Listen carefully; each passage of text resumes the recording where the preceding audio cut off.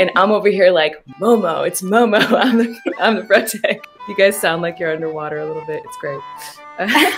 I appreciate you asking questions that also make me think. Good morning. Morning. How you doing? We're doing good. I'm Adya. I am the assistant content lead at Fandom Wire, and this is Tushar. He is the senior writer who got us the opportunity to talk to you. So both Dandadan and Demon Slayer are getting movies this year. Dandadan's getting a compilation movie for season 2, and for Demon Slayer, the Infinity Castle arc is starting. It must be really, really huge for you.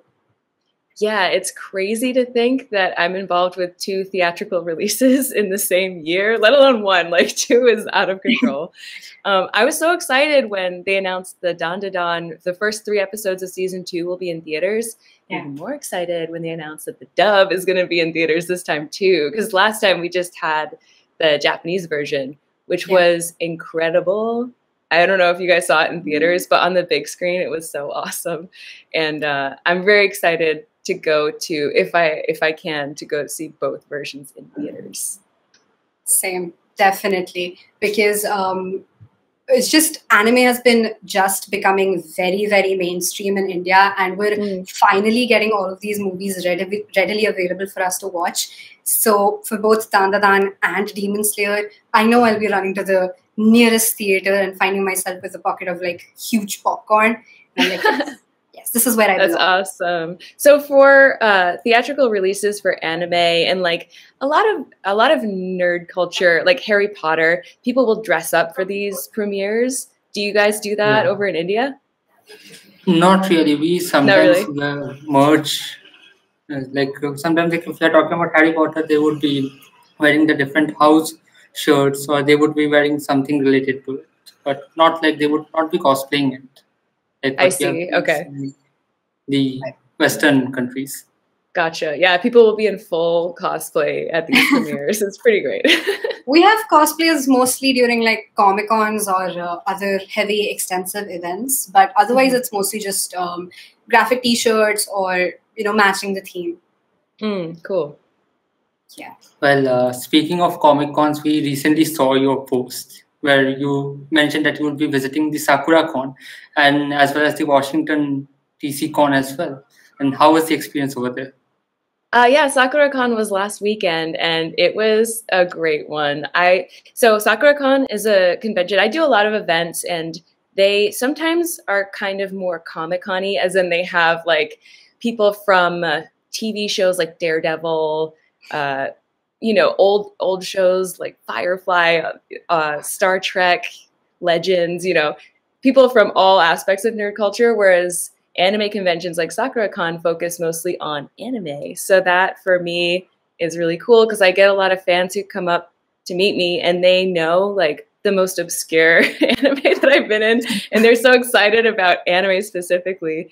I feel like the true fans show up for anime conventions, and SakuraCon was really lovely, and they took care of me. They were so nice. I loved it.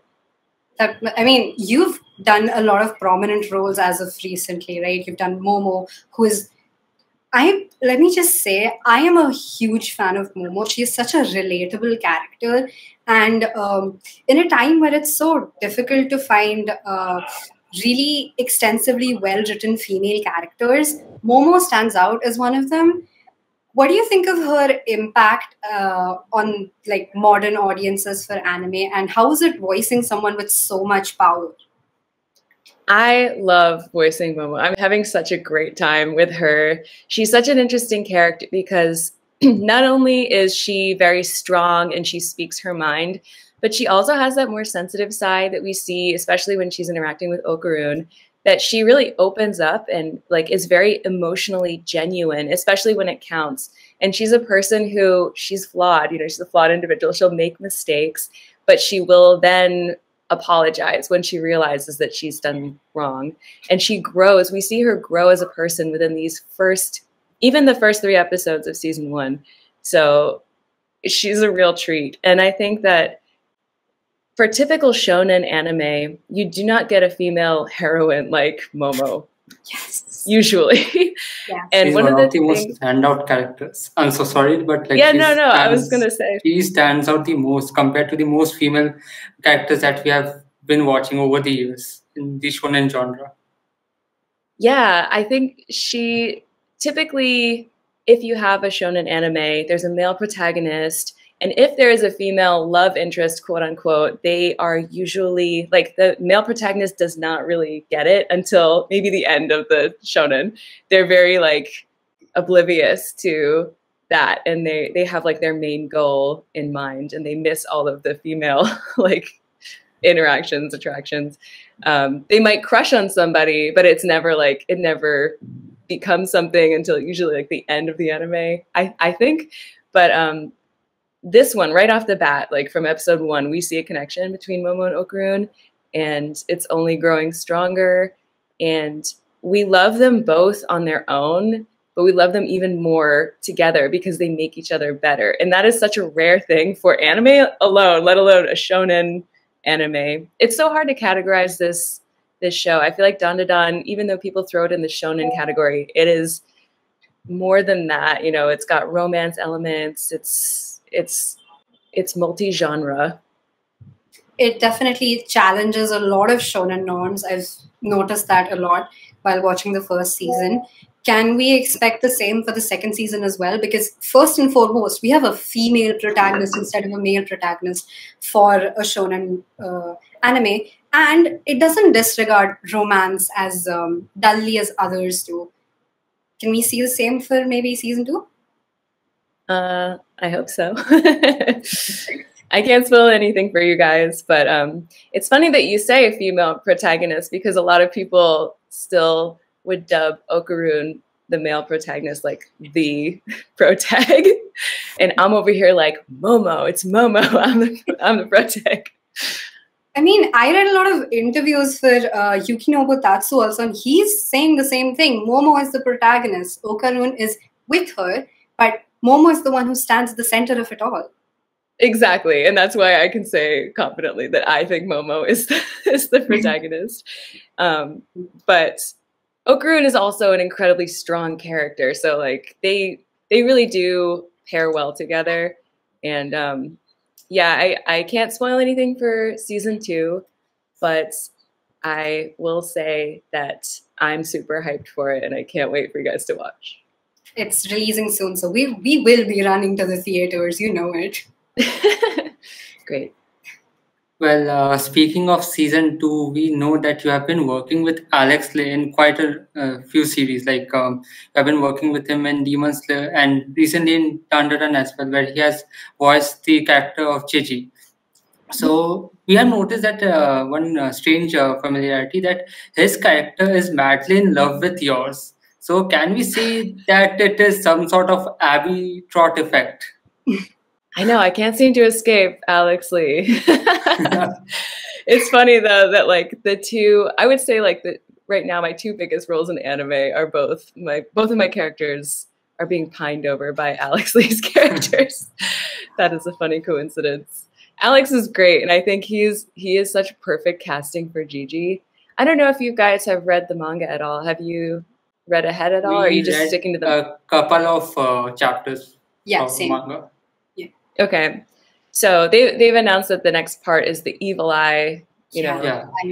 arc, or I don't know what you'd call it, but I think Alex is a phenomenal actor, and he can do the comedy, the really goofy comedy stuff that Gigi, his silly facial expressions and his odd delivery. He's just kind of like a wild card of a character, and Alex pulls that off. And he, on the flip side, he has like very dramatic moments.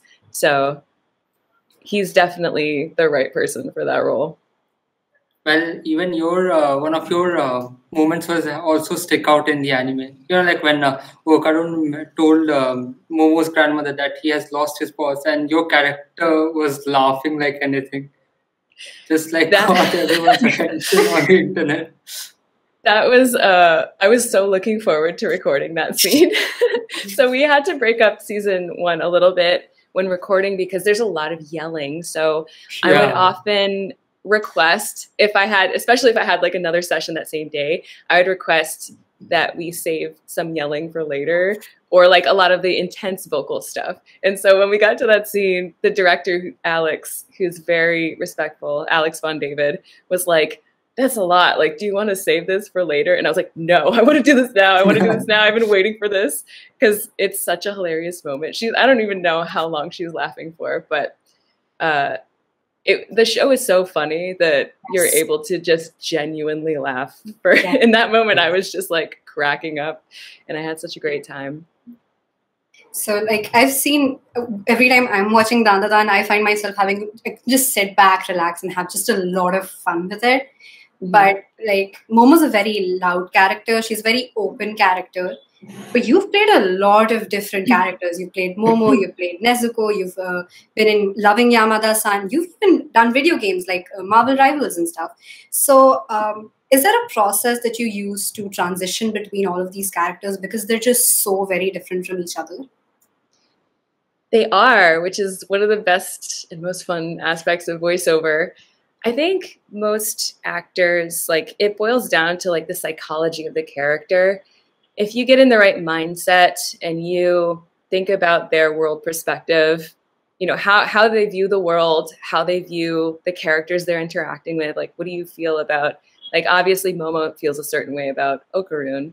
For Marvel Rivals, Magic has certain sentiments towards other characters, like Luna. She may feel a certain way about this character. So it's getting in that mindset, and then it just kind of falls into place. Also, if the writing is good, it definitely helps. And luckily for like games like Marvel Rivals, the writers are on it. So they write dialogue that really caters to that character's personality. So for me, yeah, I just try to think about the character's mindset. Well, you mentioned how different mindsets of all the characters you have voiced over the years have some sort of effect. So according to you, like, which character has affected you most psychologically, in a positive way? In a positive way. Yeah. That's a tough question. I try to leave everything behind when I leave the booth. Like, I try to be, because if you don't separate yourself from the work, it can be rough as an actor, especially if it's something that is not a positive way. Like if it's something traumatic, sometimes it's really hard to separate yourself. And I've had roles where there was one role that I did for, it was an anime for a video game. I think it's out online. I don't want to say just because I never watched it, so I have to verify that. But if I'm sure. I voiced an android character that was self-sacrificing them, and so it was very. The mindset was so beautiful but emotional. The whole story of this character, and as an android, as this robotic kind of character, they are not able to emote. So as a human actor voicing this character, I was very kind of stifling the emotions, or blocking them rather. I kind of put up an emotional block so that when the session was over, all of those emotions just flooded in. And I was crying in the corner of my booth because I was just overwhelmed with it all. So when you're acting, you are hopefully going through those emotions and feeling them to the best of your ability, kind of living the moment. It's real to you in that moment. And so sometimes it's hard to separate, which is why I try to leave it all in the booth. I've definitely had characters, though, that the overall experience has changed my life. Nezuko, for example. Voicing Nezuko, not just the process of voicing the character, but in meeting fans of Demon Slayer and fans of the anime, it's been an amazing experience. People have told me that Demon Slayer has helped them get through really tough times because the show deals with themes of trauma and resilience. It does not shy away from, really tragedy. So that's relatable to everyone on the planet. And it's really helped a lot of people. And I've gotten to meet a lot of fans who it has changed their lives, and then they tell me this and it changes my life. It feels incredible to be part of something that has had such an impact on people, unexpectedly so. Because when you're dubbing anime, you're just like, this is great, I love my job, you're having fun as an actor, and then you don't really see the other side, the impact on the audience, until you're out there and you're talking to people. So that's been pretty incredible. Right. So Nezuko, like you said, she's gone through a lot of trauma, and she is stripped of her voice and humanity, which in a way symbolizes the silencing of trauma survivors. Her struggle to gain her consciousness and compassion, and all of this amid her demonic form, it in a way reflects the duality of pain and hope. What are your thoughts on her as a trauma survivor, as a representation of a trauma survivor? I think that a lot of women and a lot of young girls actually have found her to be a strong role model. And I think like younger girls, maybe they don't understand the trauma aspect of the character just yet, but they see her as this female character who goes through this transformation and, has a more adult form. And to young girls, it's very empowering. They see that, and they see this powerful female character, and they love Nezuko for those reasons. As far as like a trauma survivor kind of spin on the character, that I haven't really heard that too often, but yes, like that is definitely an allegory. It's interesting because I think of Nezuko as someone who, obviously she's gone through this trauma, and her entire family was murdered. And then she is demonified, but there is still an aspect of herself, in my opinion, in there, which is why she's able to resist, eating people. She has that internal strength of her own, like Tanjiro has his ability to smell strong smells. I think Nezuko, she has this thread of humanity in her that is keeping her going and keeping her in control of herself. It's a very interesting character, and there's lots of different ways you could view Nezuko. So yeah, sorry, you got me thinking, and I'm just like my wheels. No, please take your time. This is a very one of my friends is actually doing a paper on Demon Slayer and trauma, so it got me thinking a lot, and I just sort of noticed that Nezuko is also one of them who's been through so much. Yes, definitely. I'd be curious to read that paper too. She'll definitely be over the moon if I tell her. Oh my gosh, send it to me. I will read it. Well, you just mentioned how Nezuko has been one of the most traumatic characters that has been written, and she stays quiet for the most part, including the emotional scenes. If we have witnessed in the Mugen Train arc, in the Entertainment District arc, and even in the Swordsmith arc as well.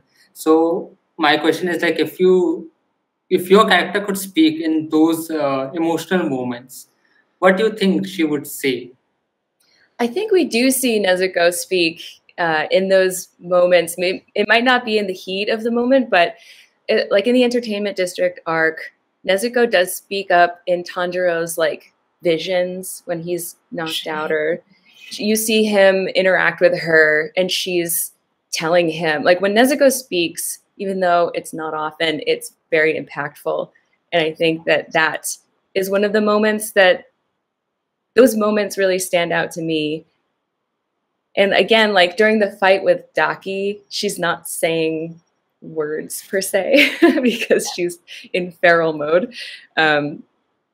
But then we get a flashback of her and her mother, and Tanjiro singing her the lullaby. So we have that like insight into their family dynamic. But I think also in Mugen Train, there are moments where Nezuko will speak, and it's meaningful every time she does. when I'm recording Nezuko and she's not speaking, I tend to think, what would she be saying if she were to be saying something? And I think that helps put more intention behind the grunts. That's just my own process when voicing characters that don't actually say words. Well, would you say that Nezuko somehow personifies the saying that actions speak louder than words? You could say that. Yeah, definitely. She, even though she's muzzled for a lot of the show, she will stand up for her family. She stands up for Tanjiro, and she fights for what she loves, just like Tanjiro does. Yeah. There's just so much about Nezuko, and I just feel like her character is so complex in ways that Demon Slayer makes her unique, because she's not actively fighting all the time, she's not actively speaking all the time, but she's just so important. Like, the story wouldn't go forward without her. I feel like her presence is stronger than anything. If I were to, I would maybe call her an equivalent to the wisteria flowers there, because they bloom and they have such a positive impact on the entire surrounding. I feel like Nezuko is a part of them, but also like just standing outside of them too. Yeah, like the wisteria, I think Nezuko has something that goes against the demons. You know, there's something inside her that is fighting that. And yeah, she is kind of like an ever-present, like she'll be in the box maybe, but she's still around, and everybody is still motivated by her. Like, the whole goal of the show is to turn Nezuko back into a human, right?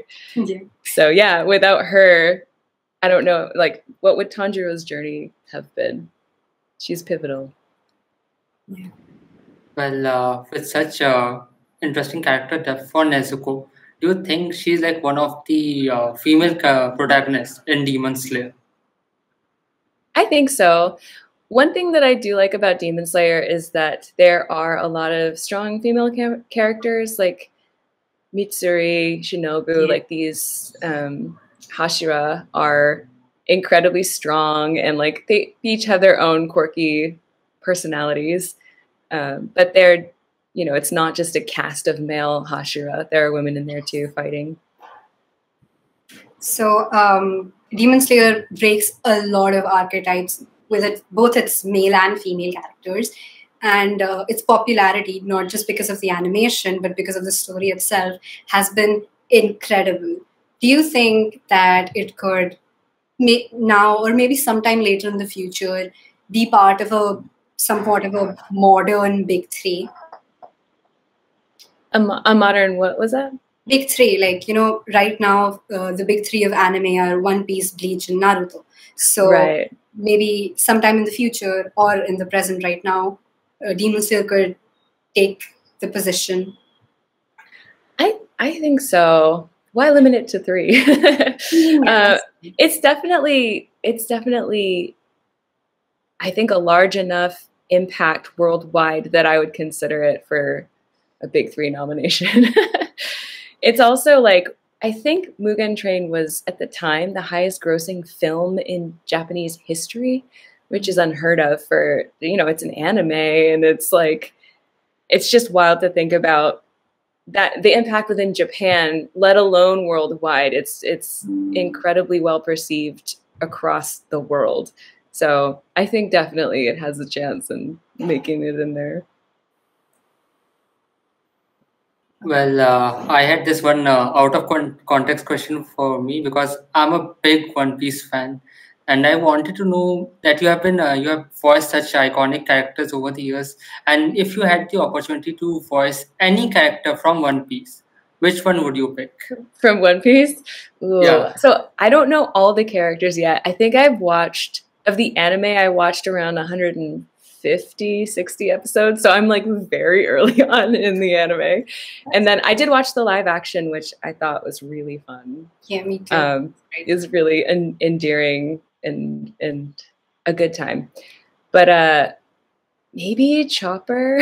He's so cute. He's so cute. It's my favorite character. Is he? Yeah. I'd watch One Piece if you were watching. I mean, if you were voicing him, I'd watch it. I haven't watched it. It'll be a nice little motivation. Yeah, I think I have a thing for like scrappy little tough guys. So like my favorite Pokemon, I do not voice this character, is Larvitar. Do you know Pokemon at all? Yes. Yeah. I was a Pokemon nerd. Larvitar is this little guy who I think I fell in love with him. What's that? Sorry, was he the little caterpillar Pokemon? He's not a caterpillar. He's like he looks kind of like a dinosaur. Oh, I had a Larvitar in here. He's gone. But anyway, I love this character because I was playing Pokemon Go, and the way they animated him, it looked like he had this little swagger, and also he always looks angry. And to me, I'm like, you're just this adorable little guy, but he thinks he's so tough.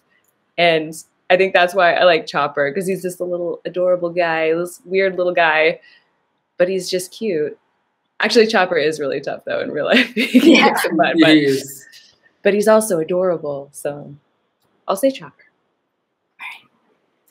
You mentioned previously that Demon Slayer had the Mugen Train arc specifically broke a lot of records for Japan itself, even defeating Hayao Miyazaki and Studio Ghibli's records. With Demon Slayer in its final stretch, the last 3 movies are coming out. Has Nezuko changed your perspective in voice acting? Nezuko has opened my eyes to a lot of aspects of the industry that I didn't know really existed. For example, when I decided to pursue voiceover, I didn't think about doing conventions as an aspect of the industry at all, or like, traveling for things because of voiceover. Since doing Demon Slayer, a lot of Comic-Cons and anime conventions have asked me to go, so I've gotten the opportunity to travel to, around the world, really. I've been to New Zealand, I've been to Australia, I've been to Scotland. It's pretty crazy. And then last year I went to Japan. Was it last year? The year before? I'm losing track of time. But I went to Kimetsusai, which is like the Demon Slayer festival in Japan. Me and Alex Lee went as guests, and we got to participate in a panel with some of the Japanese voice actors. Those are things that I never thought would be possible. And the other thing, like I mentioned earlier, is just the impact it's had on fans. And Demon Slayer particularly is a show that families watch together. Yeah. I've never seen that in anime. Like growing up, my parents didn't even know what anime was. So to see like grandparents watching it with their grandchildren, or like parents watching it with their children, brothers and sisters watching it together and bonding over their, sibling bond, it's wild to me, and it's incredible to be a part of. It's great. Great. And I think I have one last question for you. Over the years, we have seen you working in diverse fields, like you have been singing, voice acting. Can we expect any different roles for the future? I have some more stuff coming up. What can I talk about? I can talk about, there's a game called Date Everything that's coming out in June that some of my friends who are voice actors created, and it's got an incredible cast of basically every voice actor I know.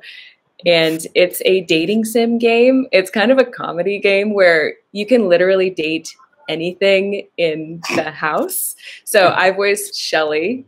I'm a shelf, Shelly the shelf. And it's just such a fun, hilarious concept. It's definitely worth checking out. So I can talk about that. And yeah, stay tuned for more stuff. I mean, definitely. We are like on our tiptoes now. Yeah. Well, I think that wraps up our questions, and I think it has been great having you. Like for anime fans like us, like to talk and ask questions that fans are like dying to know. Like it's such a privilege for us to. Yeah, it was great. Thank you so much. It's really great speaking with both of you, and I appreciate you asking questions that also make me think critically about this show. So yeah, send me that paper. I'll read it. I will. Yeah, definitely. Thank you so much. This was wonderful. Thank you. Thank you, guys. Take care. Thank you. You too. Thank you so much.